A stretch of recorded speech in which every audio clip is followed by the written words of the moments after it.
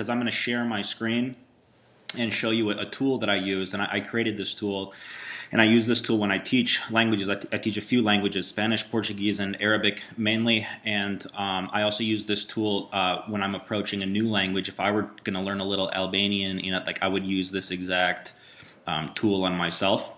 Oh, cool. Yeah, and I also use it on. So as we build it, you'll see how it works. You'll see it's like, oh, it works for every language, which it does. And then I also use it to teach students. And so basically, just the main idea is that I think learning to speak a language is like learning how to ride a bike, or maybe learning how to dance.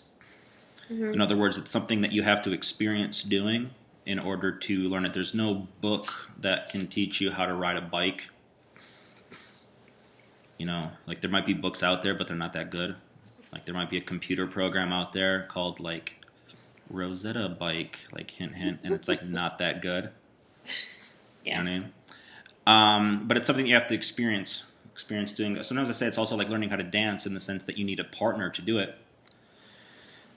And I think that one of the main reasons that people kind of have so much hope in programs, computer programs and books and all those things is they hope that it's going to happen for them, which is to say become proficient in using a language, that it's going to happen for them like from the safety of their home, something like this, and then they don't actually get out there and use it. But I mean, Megan, you probably learned like a lot, maybe, I don't know about majority, but like of the Spanish that a lot of it like on the ground in Spain, Peru, right?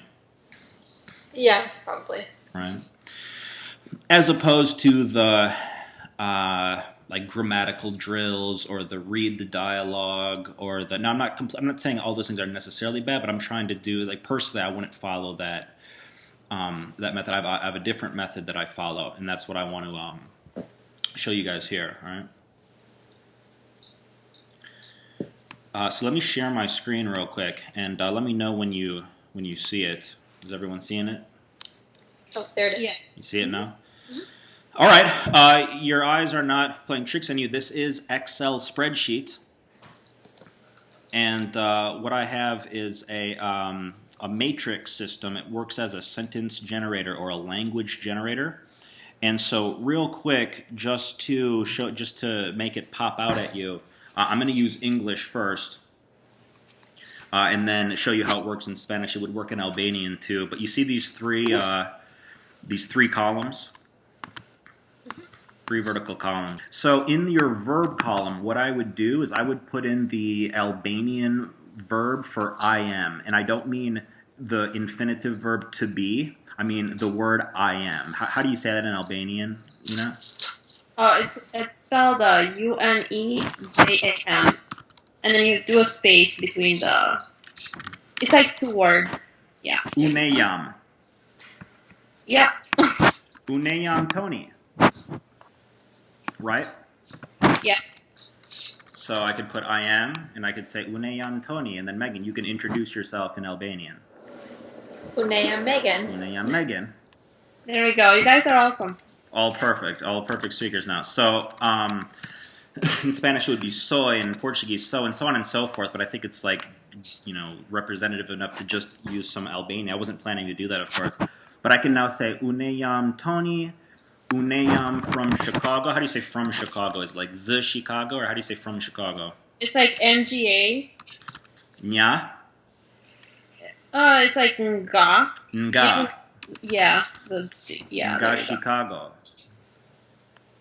Of course, in what's it called? English. He's from Chicago. In Spanish, de Chicago. 3 languages at once. You see what I mean? So I can say Uneyam Tony or Uneyam Nga Chicago. Right? And then in my useful expressions category, I would want like hi, Spanish hola, and in Albanian. It's like CKEMI. EMI? Skemi? Yeah. Skemi. Right. Skemi. So I can now say Skemi Uneyam Tony. Uneyam Nga Chicago. Yep. Right? And I could continue to build. I could say Uneyam soy profesor, soy estudiante, soy doctor, lawyer, baker, whatever, right? And I don't need all this in Albanian, but just imagine that you could put those things there and you could create the sentence, right? Mm-hmm. So what a lot of people are going to be doing, teachers and programs, is going to be basically giving you two distinct modes, grammar and vocabulary. And forget vocabulary for a second. If it's grammar, they're going to say, okay, here's the infinitive verb and here's how it conjugates. Now everyone conjugate it together. The infinitive of to be in Spanish is ser. So soy, eres, es, somos, son, and so on and so forth. It's a whole lot of intellectualization and very little practice. And then they might say, okay, now let's practice by reading this dialogue, but you're not actually communicating. So I don't know what une yam really means. I don't know if une means I and yam means am, or the other way around. It probably is like that, but I don't necessarily know that. I also don't know what the infinitive verb is, and I also don't know how to say you are, he is, she is, we are. And frankly, I'm not interested at this point in time because there's enough that I want to already be doing just using what I have in front of me. Y'all see it? Mm-hmm. Right. But what I would want next is instead of saying uneyam, I would want to know tune yast or something. How do you say you are? Are you? I mean, are we using a singular or Singular? Okay. You are is like T, yeah. It's like T-I and then J-E. T-I space J-E. T, yeah. Yeah. So what I would do now is I would take what a second ago was a monologue or just me introducing myself, and I would turn it into what I call instant conversation. So it's my first day. Obviously, it's all of our, well, Megan and my first time in Albania in about 5 minutes. And I could say, Kemi, uneyam Tony, uneyam nga Chicago, uneyam professor, whatever. And then I could say, hey, Ina, tie nega Albania? Tie Ina, tie nega Albania, tie student, tie whatever else I wanted to put here. You see what I mean? Mm-hmm. And then I would want the word for yes, which whatever it is in Albanian. Spanish, I'll do it there. Si, no, right? And then I want to come back here and be able to say no soy. So maybe in Albanian that's une neyam or something like that. Right? Something like that. Yeah. All right. So I would now, what I would do as a teacher, I forgot to put it in Spanish. Let's just switch to Spanish more or less. I would want that same verb in the second person form of a question. In Spanish's case, it would be eres. And at that point, I would say to a classroom full of first-time Spanish speakers, first-time English speakers, first-time Albanian speakers, and I would say, ask me a question. Whatever you want. I'm not telling you what you have to learn. If you don't want to learn anything, then don't even come. You know what I mean? Like, it's totally up to you. But I'd say, ask me a question. So ask me a question in Spanish, Megan. ¿Eres un profesor? Yeah, muy bien, muy bien. Now, notice that the word un is not there. So what I'm doing is setting up your matrix, your mix and match, kind of like 3 wheels of a jackpot type slot machine, combination lock type thing. Setting it up in such a way where you only have to mix and match building blocks. So the intellectualization part is completely gone. You're not responsible for adding or taking away anything, simply mixing and match building blocks and then keeping the conversation going. Right. So since you don't see the word un profesor there, I know the English speaking mind wants to influence you and make you are you a teacher, this and that. But since it's not there, just mix and match building blocks. So mix these 2 blocks for me and ask me that question, Megan, please. ¿Eres profesor? Eres profesor. And Ina, you can ask me, hey, eres estudiante? ¿Eres estudiante? Yeah. Or ask me whatever you want. You could ask me if I'm from Chicago. ¿Eres de Chicago? Eres de Chicago. To that, I would respond, sí. Soy profesor, y, which is and, of course, y, soy estudiante, pero, which is but, pero no soy de Chicago, soy de North Carolina. ¿Está bien? which means okay. ¿Está bien? Yes. Y tú means and you. Y tú, Megan, eres de Chicago, eres profesora, eres estudiante. Okay. Sí, soy de Chicago. Ujú. Soy estudiante, pero no soy profesora. Perfecto. No soy profesora. Okay, perfecto. Now, we probably all know this, but profesor becomes profesora when you're a female, but I'm not even going to necessarily point that out to anyone. In other words, if you say profesor, I would correct you to say profesora, but I'm not going to necessarily say, now let's jump into the complete lesson on gender so that I can confuse people, you know? Basically, that pattern would become apparent to you. So if you were a doctor, it should be apparent that you are doctora, no? Or if you are a, I don't know, chef, like cocinero, you would be a cocinera. And so the patterns of the language will reveal themselves to you organically when you follow this verb into vocabulary situation. You just have a conversation. Again, I'm not telling you what you have to learn. I won't give you the a vocabulary list that says, you, Megan, you have to learn the word for, like, all of these professions today. There's a quiz on Friday for some reason. You have to know all these words. Like, it's not efficient to try to memorize a lot of words if you're not going to necessarily use those words. But if you just set up a verb, the vocabulary that you need will naturally rise to the surface. So the way this would look without the Albanian, you could do it in 3 languages, but where I would typically put it, especially for a beginner, which you guys aren't necessarily, but what I would do is I would have it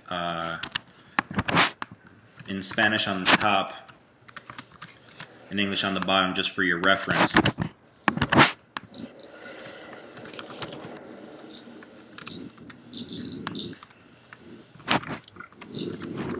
so on and so forth.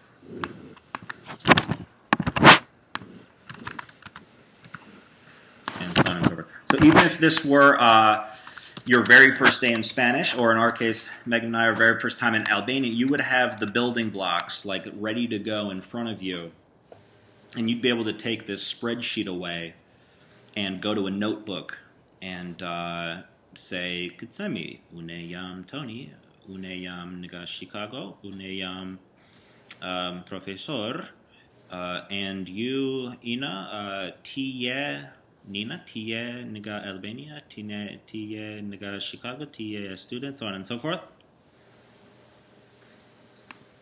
And you'd be able to do that with confidence that you're doing it correctly. It's just mixing and matching building blocks. You see that, Megan?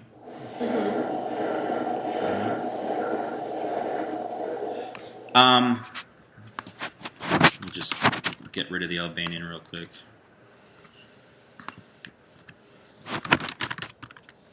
Okay, so that's more or less how it actually looks.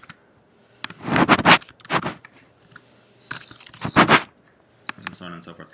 So at this point, I'll come up to my topic, and again, this is the way I'm teaching myself in language, and now I can talk about myself a little bit in Albanian. Kutsemi, uneyam, so on and so forth. And what happens is, you guys already saw how when I put a verb on the table, the vocabulary naturally came to the surface. Mm-hmm. You see that? If you take one step back even further, if you simply put a topic on the table, such as home, where you live, the verb is going to naturally come to the surface. And so if you're talking about where you live, you need the verb I live. Naturally. If the topic were movies, it would be I like or I watch or whatever. How do you say I live in Spanish? Anyone? Vivo. Yeah, vivo. Vivo. Now again, I'm not saying, no, the infinitive verb is vivir, and here's all the conjugations, and memorize this, and here's all the irregulars, and all of this expansive type, expansion type, like going for width, trying to open up the circle. I'm looking for depth within a small circle, depth over breadth, depth over width. and more than anything, conversation. So simply using vivo, simply using a verb in the first person and then the second person form of a question, you've got maximum conversation. And so I'll want vivo now, nothing else. And then I'm going to need to know, I'm going to say, hey, Ina, how do you say in Albanian in Chicago? In Spanish, maybe they're going to say en Chicago. And now I can say, okay, cool. So now I can begin to speak about home, where I live. So how do you say I live in Chicago? It's literally if you put NE. Oh, that's the Albanian version. Yeah. Nice. Yeah. Nice. It's Spanish backwards. That's all it is. All right. So I live in Chicago. In Spanish, how do you say, I live in Chicago? Yo vivo en Chicago. Muy bien. Now, it's not your responsibility to add anything. Okay. If it should have been there, I'd put it there. Okay. You know? So vivo en Chicago. Muy bien. It's perfect conversation. If the other way would be, here's the infinitive, and then it's yo vivo, and then you're like, okay, well, I'm supposed to say yo, right? Oh, yeah, sure. And then I'll sound like I've studied Spanish only and haven't actually used it. So here we're looking for perfection, really, and there's no reason that you cannot speak perfectly simply using that which is on the screen, which is sort of a representation of good conversation strategy when you're actually using Spanish out in the street or in the country or online or whatever it is, which is relying on the bits and pieces that you have. If I need to speak Albanian with someone, I know that I don't know how to say most anything in Albanian, but I do know how to say Kitsemi, une jam Tony, tie, blah, blah, blah. So I will train myself to simply rely on that which I already have as opposed to trying to get too creative and then just stumbling. Right? So it's just mixing and matching building blocks. You can say vivo in Chicago. Y tú? Y tú, Megan? Vivo in Chicago. Vivo in Chicago. All right, at that point in time, you might want to know how to say also, which I'm sure you do, but just, that would go there. Right? So I live in Chicago, too. How do you say that?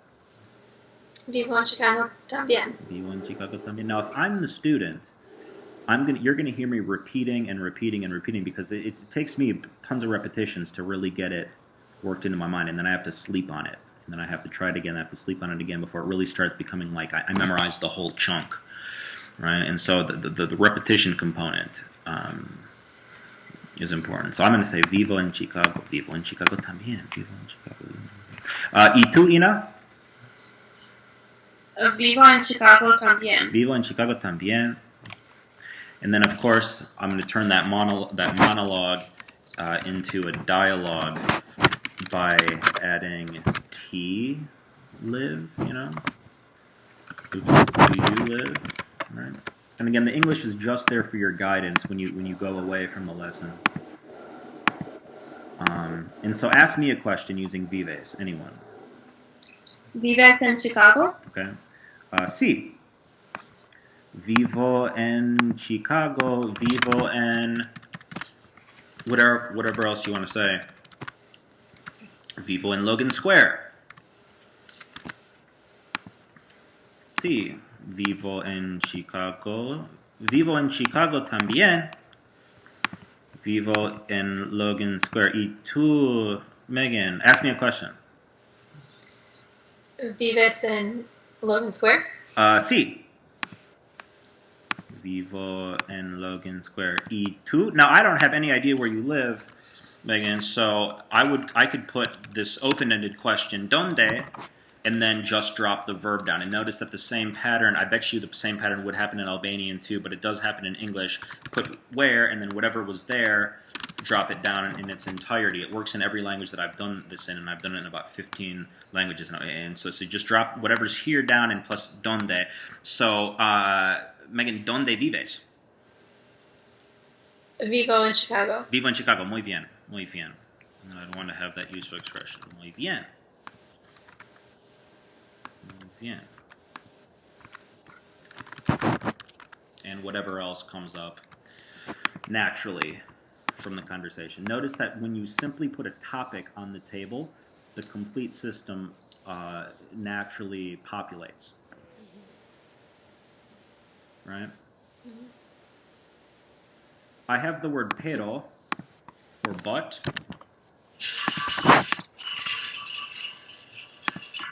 and I'm going to add the word ahora, which means now, right?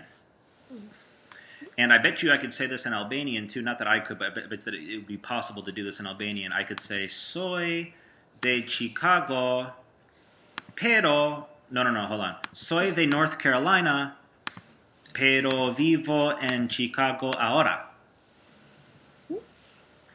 Une in Chicago, but une live ne Chicago now. Or maybe it's now in Chicago. I live now in Chicago. Whatever. The point is I can say soy de North Carolina, pero vivo en Chicago ahora. Can you do one like that, Ina? Yeah. Soy de Albania, pero vivo en Chicago ahora. Muy bien. Now, if let's say none of this is new to you vocabulary-wise, great, fine. It's the concept that I want to show you. In a second, we'll step up the difficulty level, so to speak, and you'll find that no matter how quote-unquote difficult it becomes, the level of like energy that you have to exert actually stays about the same, no matter how complicated the grammar or whatever. Megan, eres de Chicago o eres de another place y vives en Chicago ahora? Soy de Indiana, pero vivo en Chicago ahora. Muy bien. Now, if I could say that in Albanian, I'd be pretty happy for my first 5-10 minutes of lesson. And once you get to that point where you realize I'm just mixing and matching and making my sentences are getting longer and longer and longer, you realize I can do anything. If I can do that, I can do anything.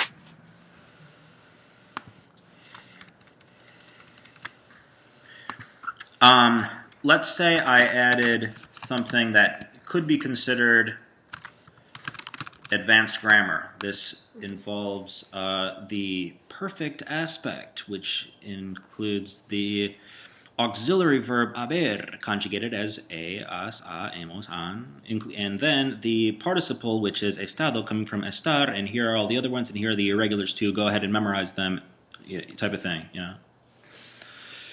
But all it is the phrase, that phrase. Can Megan, can you read that phrase? He estado. He estado. Okay.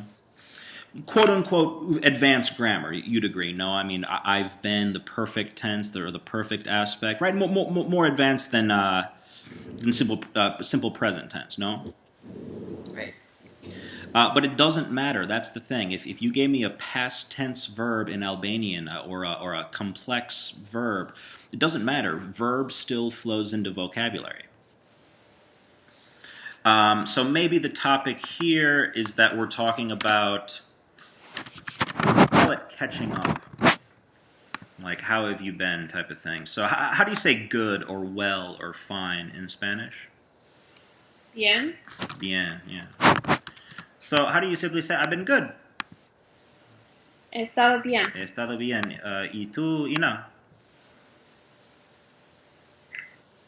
He estado bien también. He estado bien también. Perfecto. Just mixing and matching what's already there. He estado bien. ¿Cómo se dice? I'm sure you guys know that. ¿Cómo se dice? How do you say? ¿Cómo se dice very good? Muy bien. Muy bien. So how do you say I've been very well? He estado muy bien. He estado muy bien. How do you say I've been doing well? Like some people say, I've been doing well. How do you say that?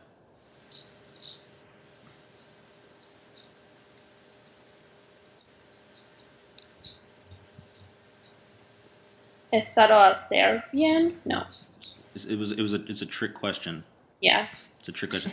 The trick question, but it's an important point. The trick question there is that if there's two ways to say something in English, you know, I've been well versus I've been doing well, there's probably not actually two ways to say it in Spanish, and so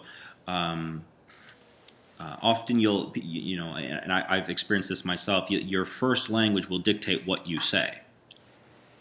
So if in your mind there's a difference between I've been well and I've been doing well, then you might think that there will be a difference in Spanish. But here's the thing: if it has the same meaning, which these two things do in English. I've been well, I've been doing well. Same meaning, same situation, same meaning completely. If the meaning is the same, then the translation is the same. It's a sort of a rule of thumb or a core principle, like I call it. And it gets into the idea that learning a second language requires, if you want to do it very well, successfully, and everything, the second language needs to become a tool by which you think, and not just something that you are kind of analyzing. It needs to be something that you have integrated into your mind. And so you shouldn't necessarily think I've been well or I've been doing well. Forget all of that. Just resort to what you have. He estado means he estado. He estado doesn't mean I've been. He estado means he estado. Forget how it's translated in English. I've been well, I've been doing well, whatever. That just will split you, confuse you. So tell me how you've been lately. We're catching up. Megan, long time no see. How have you been? How do you say? What do you say? He estado muy bien. He estado muy bien. ¿Y tú, Ina?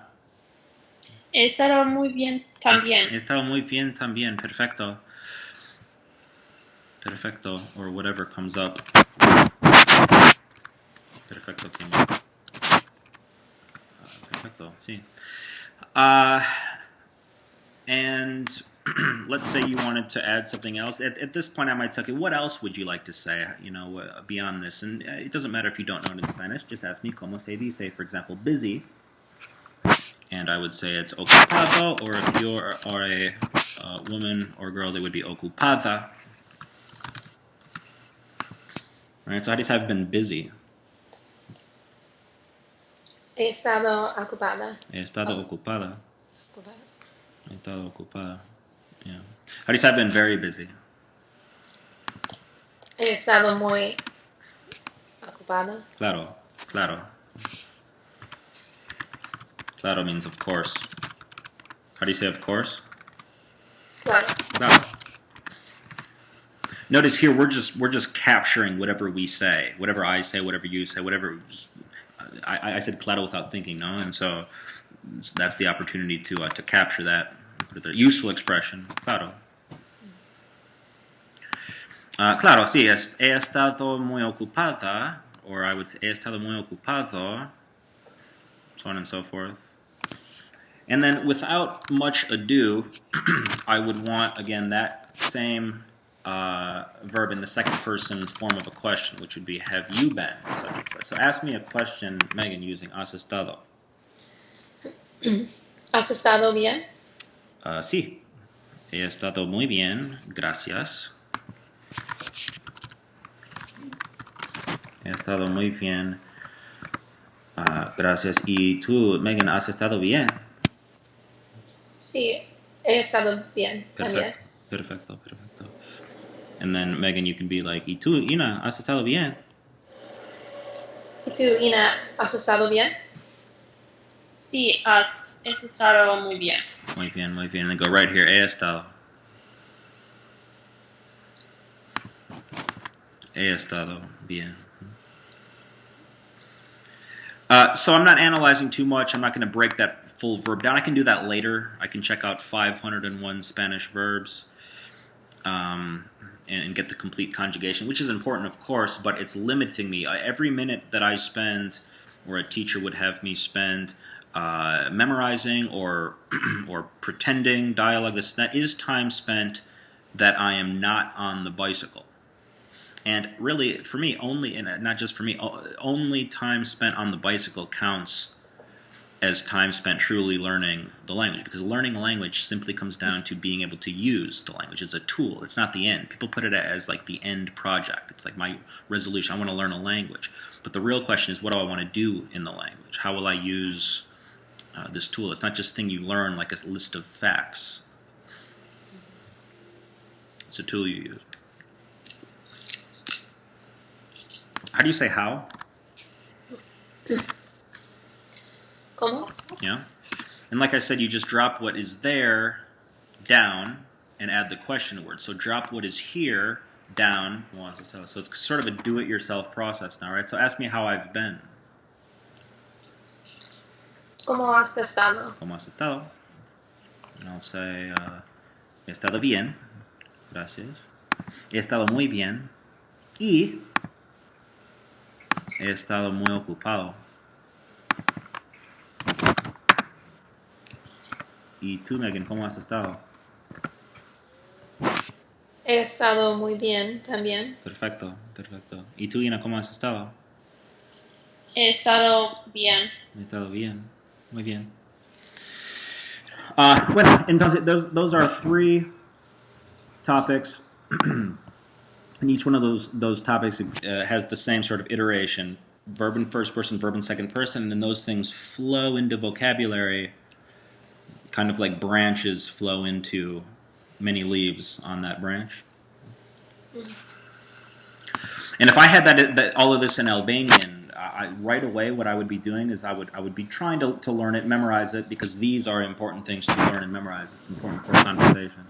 If I had this more or less copied and pasted into Albanian, now I know maybe some syntax would need to be, word order would need to be adjusted and everything. But more or less, you'd agree, right? Like we could build this in Albanian the way we began to, no? You'd agree? Yeah, I would agree. Right. So I would do that. I would like to have this in Albanian, for example, and I would go ahead and I would write with. I would go to my notebook and I would practice creating the conversation without looking. I'd practice working it into my, actually doing the memorizing or whatever. And I would do that in writing in my notebook, and then as soon as possible, I would look for someone to speak Albanian. I would start going to some restaurant or some area or some place online and start meeting some people. And right away, I would be having my conversation, even if it's just a couple topics and just one page worth of information. I would be looking to have conversation right away, not wait until I'm good at Albanian, but just begin having conversation right away. You know?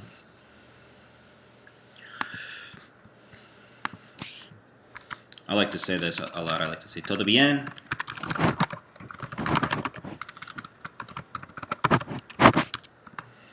Todo bien. Todo bien, Megan? Sí. Bueno, you can say sí. You could also just say todo bien. Todo bien. Todo bien, yeah.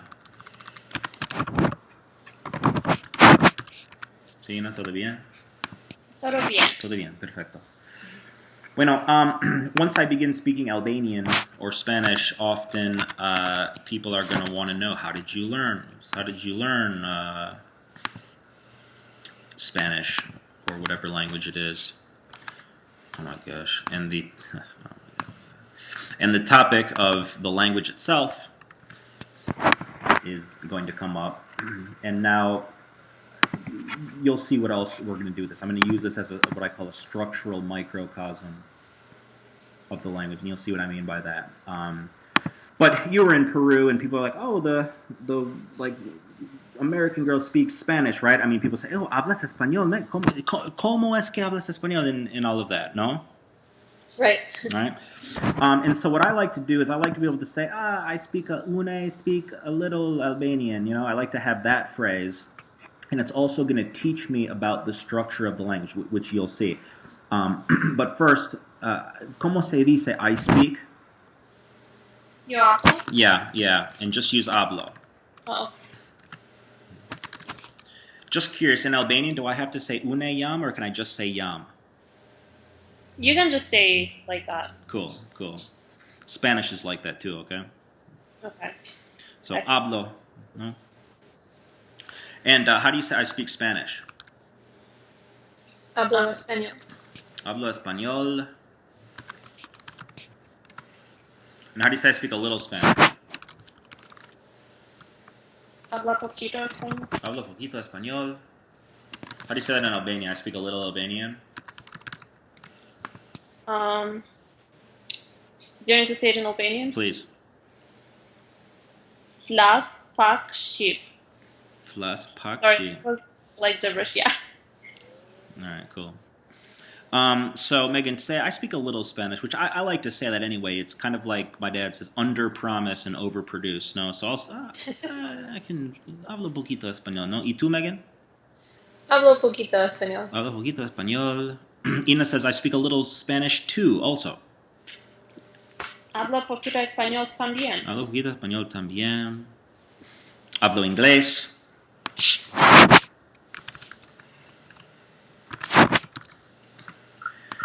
And at this point, I would not give you a vocabulary list of all the languages. You must know how to say Italiano, Francés, Chino, Japonés, Coreano, Hindu,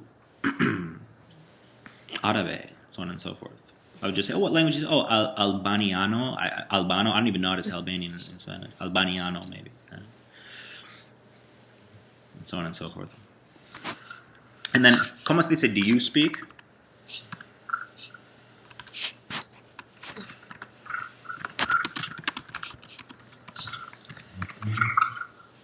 All right, so ask me a question. ¿Hablas español? ¿Hablas español? Sí, hablo español. ¿Y tú? ¿Hablas español? Hablo poquito español. Hablo poquito español, muy bien. ¿Y tú, Ina, hablas español? Hablo poquito español también. Perfecto, perfecto. ¿Hablas español? Ina, ¿hablas inglés? ¿Hablas albaniano? If that's the word.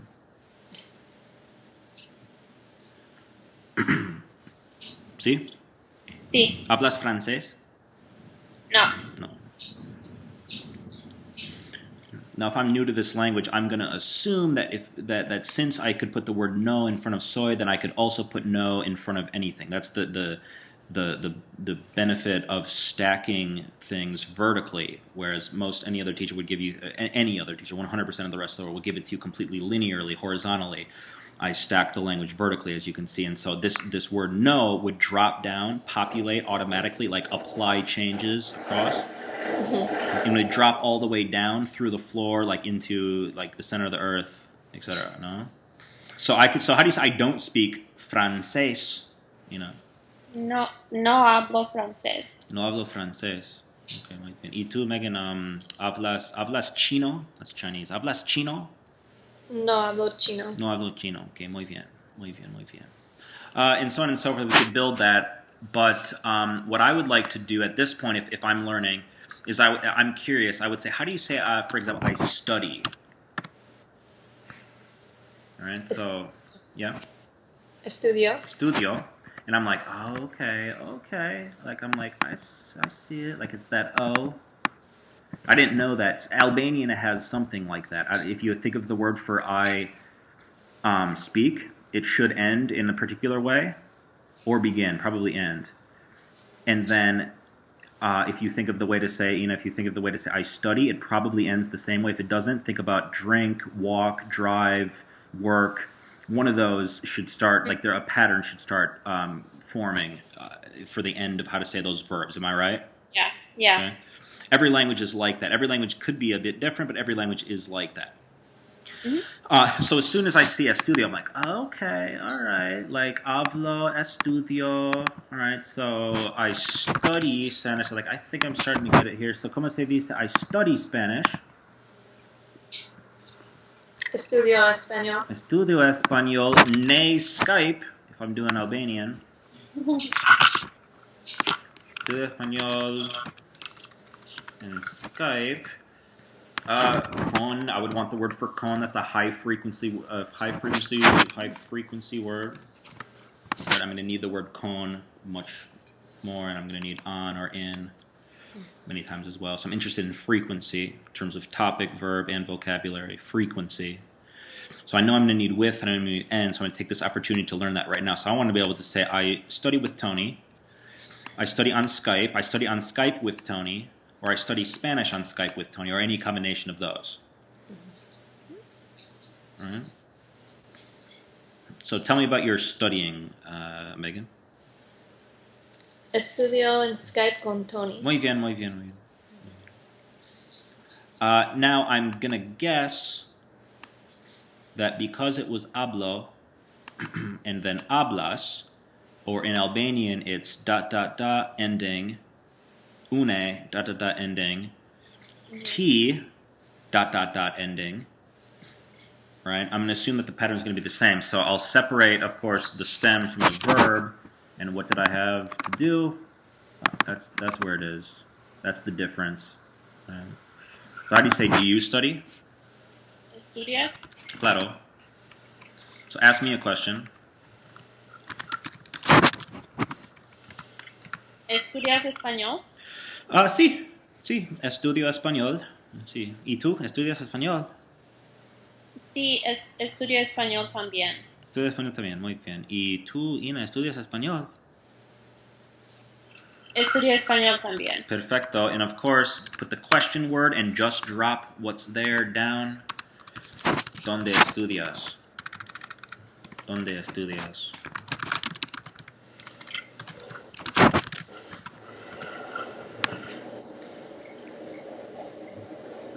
Estudia español en Skype. Muy bien, muy bien.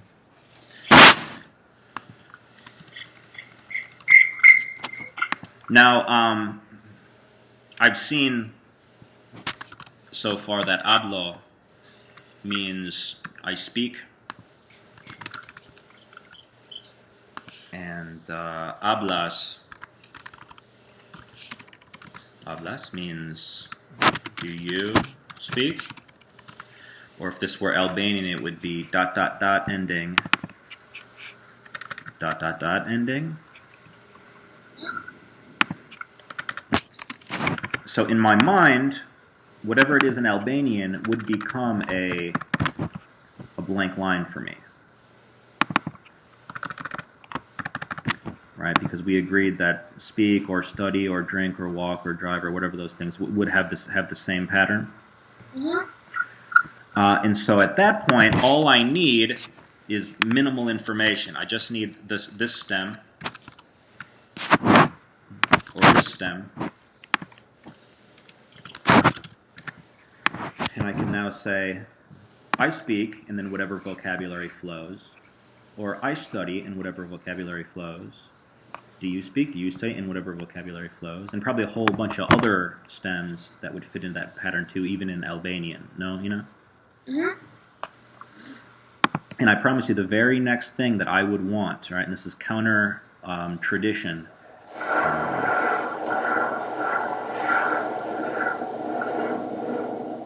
Just let it pass. My mom told me she took a Spanish class at a community college, and it was like it would be 6 months and another $1,000 or something before she could get any past tense.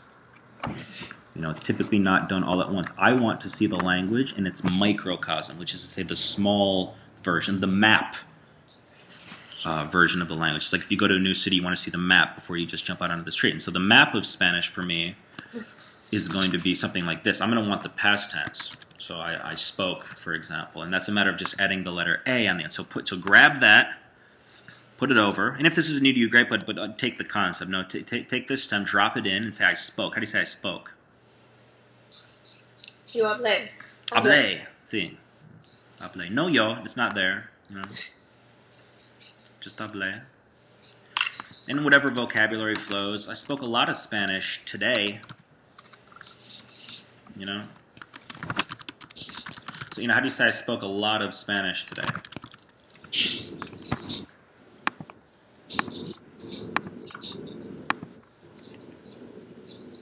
You know?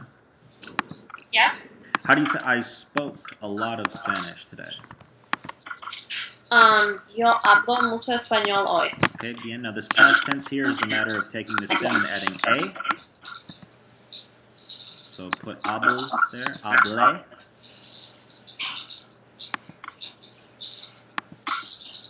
You see it?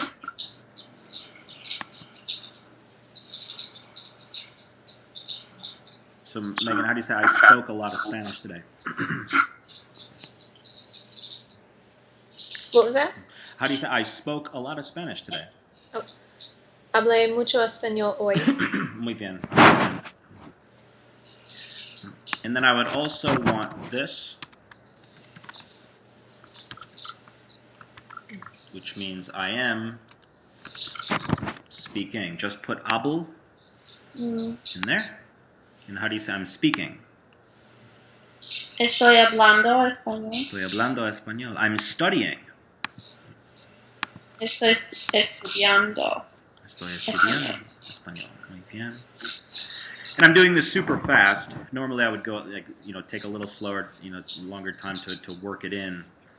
But just for the concept. Finally, I would want this pattern, which is I'm going to whatever verb it is. Right? So voy a hablar. And now I have my my main tenses: present tense, past tense, continuous tense, and future tense.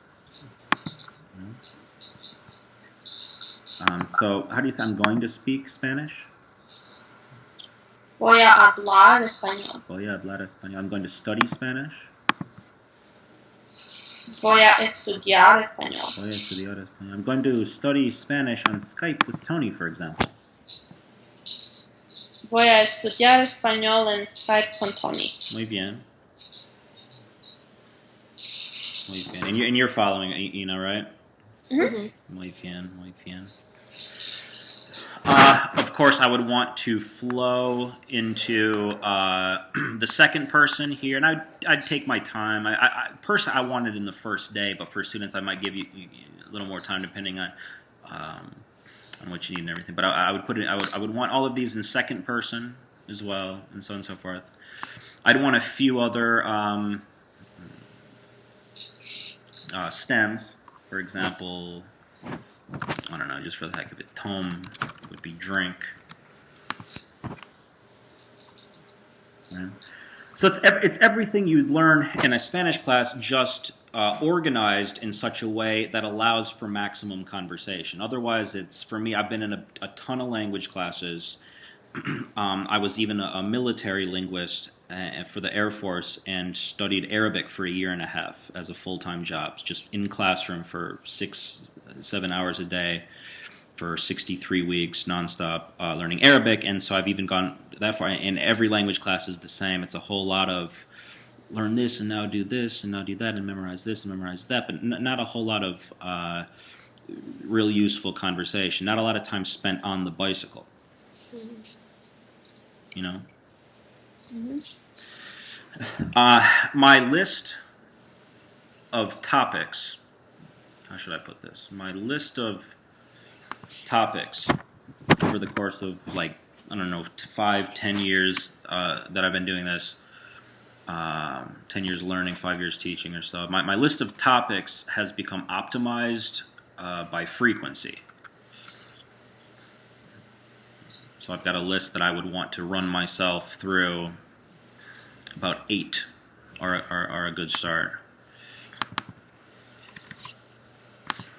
And then my list of verbs is also optimized by frequency in terms of the most useful, most commonly used verbs. And if you consider this horizontal axis to be that list of topics, and this vertical axis, the list of verbs that support the topic, everything that flows into the middle, that vocabulary, organically or naturally grows like leaves on a branch.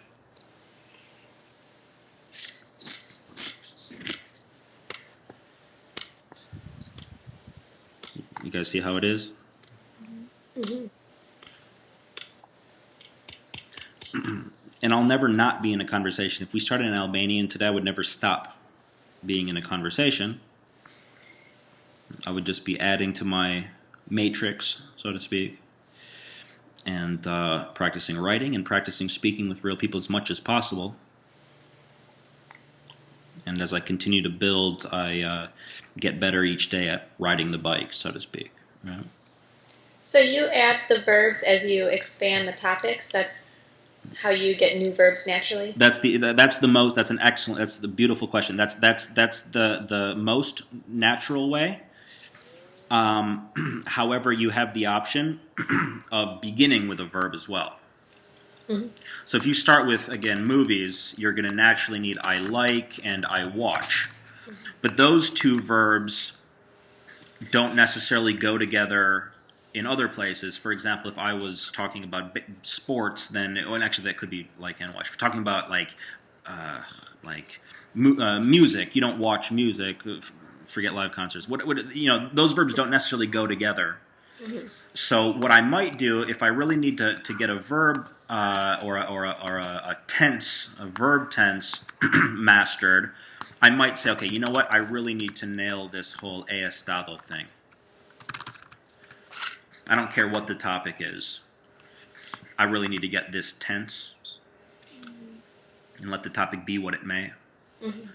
So I'd start with a verb there. If you want to get into some of those more sort of so-called complex grammatical tenses like conditional, I would do it, or subjunctive, I hope that you do it, or whatever, I might begin with the verb in mind, let the topic be what it may.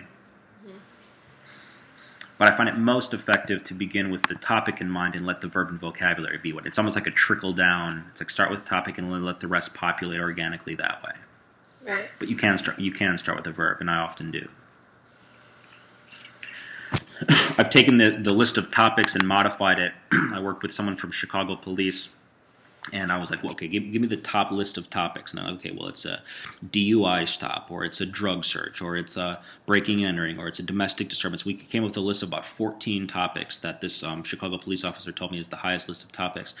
And I ran through and made a matrix for each of those topics. And, of course, the verbs was, do you have vocabulary? Anything illegal on you? Do you, have you been drinking tonight? And so on and so forth. And built a list of about 14-page little mini book that actually has, like, virtually infinite combinations if you actually go through and, like, count up the combinations within the generator. Right?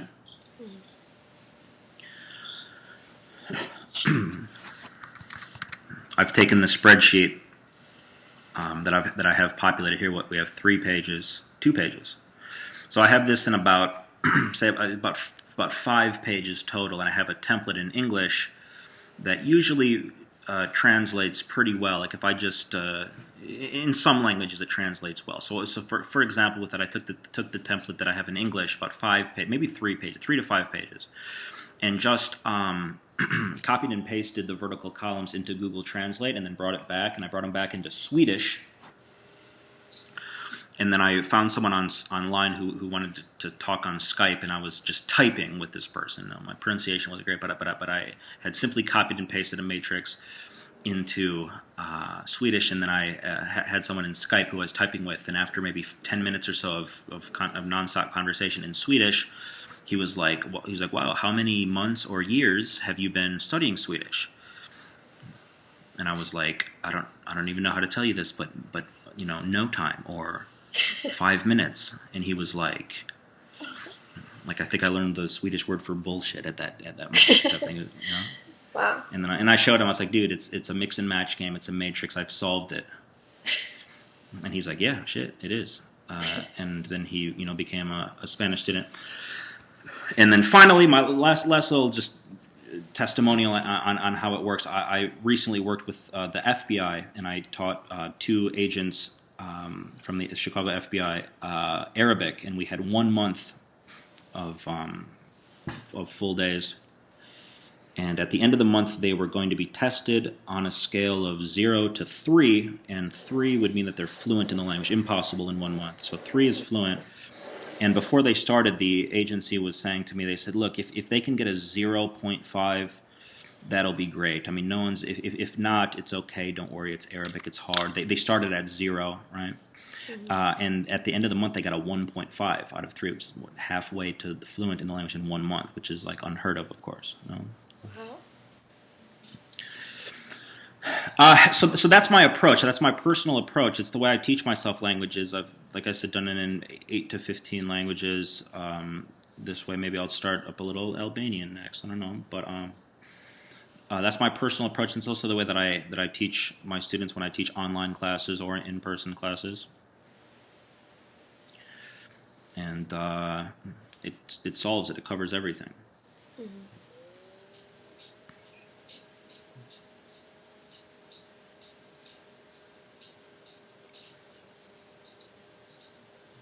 What do you guys think?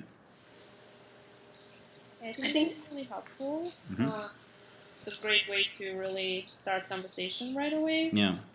Thank you so much for sharing it. No problem, no problem. If I could have you for 1 minute, I just want to let you all know, just, give my little picture. I do Spanish, Portuguese, Arabic, and English. And if you like the format of this 1 hour class, if you're interested, I have a 5 hour class. and that is on February. I have to check. February, I have to check my calendar, but it's the beginning of February sometime, and that's on a Sunday. A 5-hour class, and so this is when our Imagine 5 is very comprehensive. You get pretty much the whole language. From there, it's just filling in the blanks. And the 5-hour class is $99. I have a 6-hour private tutoring over the course of 4 weeks, hour and a half a week, for $299. That's private tutoring. So if you're interested, either of you are interested, or if anyone you know is interested in any of these languages, and possibly learning a new and effective way to do it, then feel free to take advantage of that. Okay. So where does that take place? Everything is on Skype. Oh, it is. Oh. Everything is on Skype. The 5 hours on Skype. You might sound like 5 hours a long time. It's unbelievable how fast it goes. And like I said, quite comprehensive. You should feel like you've pretty much got the key to anything you'll ever need to do inside. My goal is to make you, be your own teacher of the language, and then private tutoring's on Skype as well. Okay. Awesome. All right. Okay, so after every lesson, I'm going to let you guys go in just 1 second here, but after every lesson, what I do is I take this spreadsheet and I save it as a PDF, and then I'll send the PDF to you through email, so you'll have it to study from. So if you don't mind, do I have your emails? No, I don't think I have. If you don't mind sending me your email through Skype, then I will send you the PDF file to your email. Okay. Okay. Yeah, that would be great. All right. Cool. All right. Well, listen. I'm glad. Thank you guys for joining me. Thank you for having this. This My was pleasure. helpful. My pleasure. Thank you. Yes, thank you. That's My very pleasure. My pleasure, Ina. Okay, guys. helpful. Right. Take Bye. care.